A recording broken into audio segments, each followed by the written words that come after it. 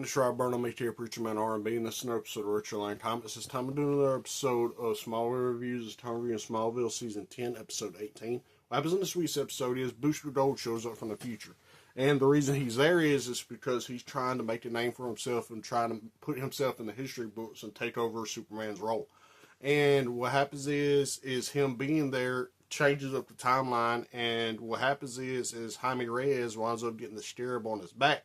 And this wasn't supposed to happen at this time, but it jumps it into this time, and this is what happens. So Jaime gets a scarab.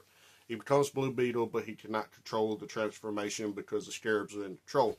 And Ted Kord is trying to get the help of Booster Gold to stop this from happening. And Booster Gold, all he wants is the key to the city to do this, and he agrees to do this.